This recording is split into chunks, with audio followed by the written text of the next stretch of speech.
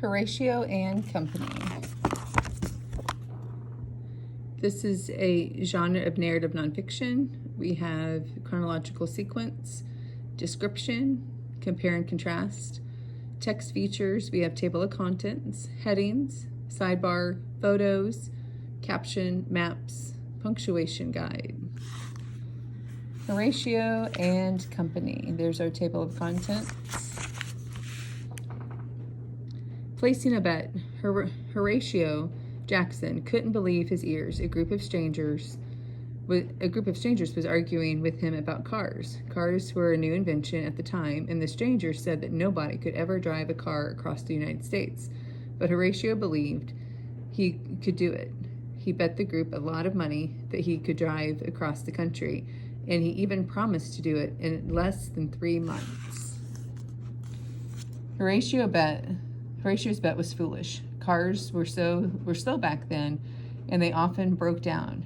Most roads were nothing more than dirt paths, and cars quickly got stuck in the mud or snow. Even worse, there were no tow trucks or repair shops to help drivers. If a car broke down, the driver had to fix it himself. Most people traveled by horse at the time, and they believed cars would never take the place of horses, but Horatio wanted to prove them wrong. He had no idea how hard this would turn out to be. And they're off. Driving for weeks with no one to talk to sounded awful. Horatio needed company, so he found someone who could drive well and fix cars too, a young man named Sewell Crocker. Sewell picked out a car, and Horatio named it the Vermont after his home state. Horatio and Sewell didn't have time to waste. They had only 3 months to drive nearly 3,000 miles. The men loaded the car with supplies, such as clothes, sleeping bags, tools, and a camera. Then they hopped in and set off from San Francisco. They faced their first problem only 15 miles away, a flat tire. The trip was not off to a great start.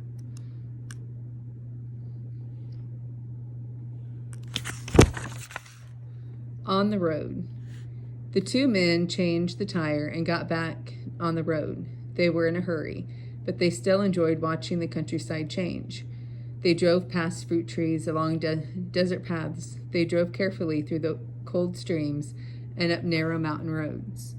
The Vermont kept giving the men a hard time. However, Sewell was often climbing out of the car to fix the engine or change the tires. Also, with no paved roads, both Horatio and Sewell had to push the car out of ditches and creeks when it got stuck.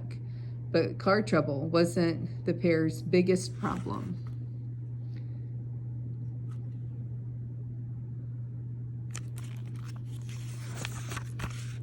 A rough ride. Riding in a car sounds easy, but it was the hardest part of Horatio's trip.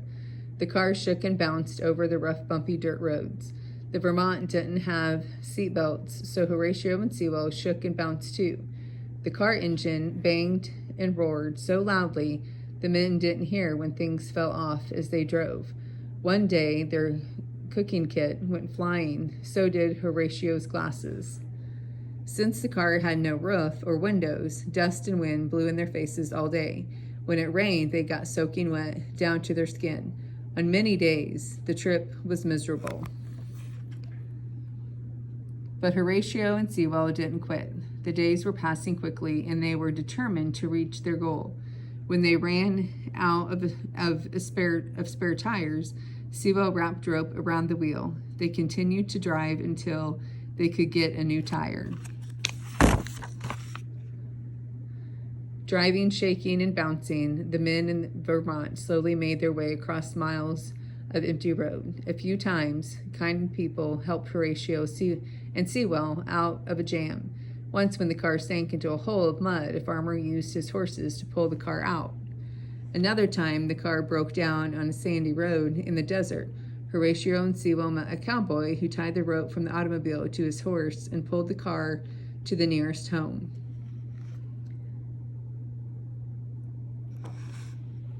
After a few weeks, Horatio and Sewell brought a third passenger into the car, a dog named Bud, that they bought from a man along the side of the road. Horatio bought goggles for Bud to wear. The goggles kept dust from hurting Bud's eyes while they drove.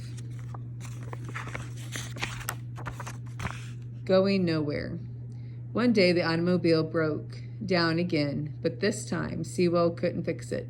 The car needed a new part from a factory far away.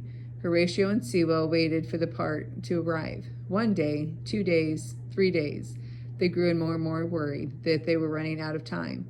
Finally, after 5 long days, the car part arrived. The team quickly set off, but before long, the same part broke again.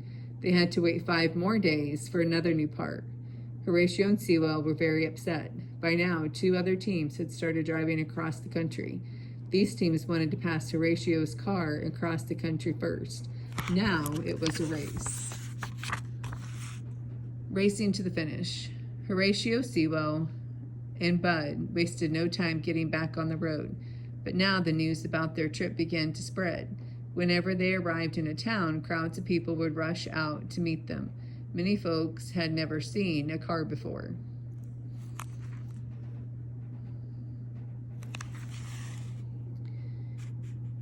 The car was finally working well, and they were moving much faster now.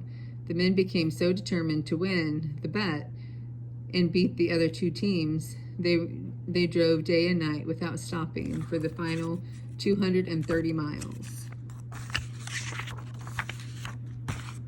The end of the road.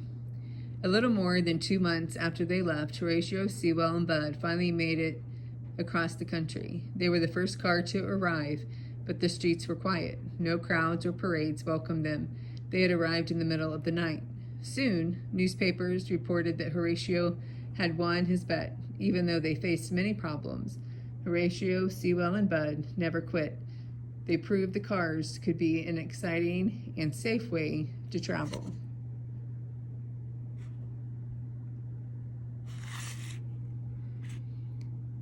Bicycles led the way. Today's highways are smooth, paved roads and connect many parts of the world. But before cars were invented, roads were made of dirt or gravel. They were often little more than rough paths made by horses and wagons. Bicycles were invented before cars, and the first bike riders had a hard time traveling over the rocky ground. People began building smooth roads for bikes. Within a few years, the first cars used these roads too.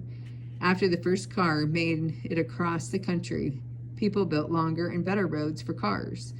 The fast and smooth trips we enjoy today can be traced back to the very difficult drive made by Horatio Sewell and a dog named Bud.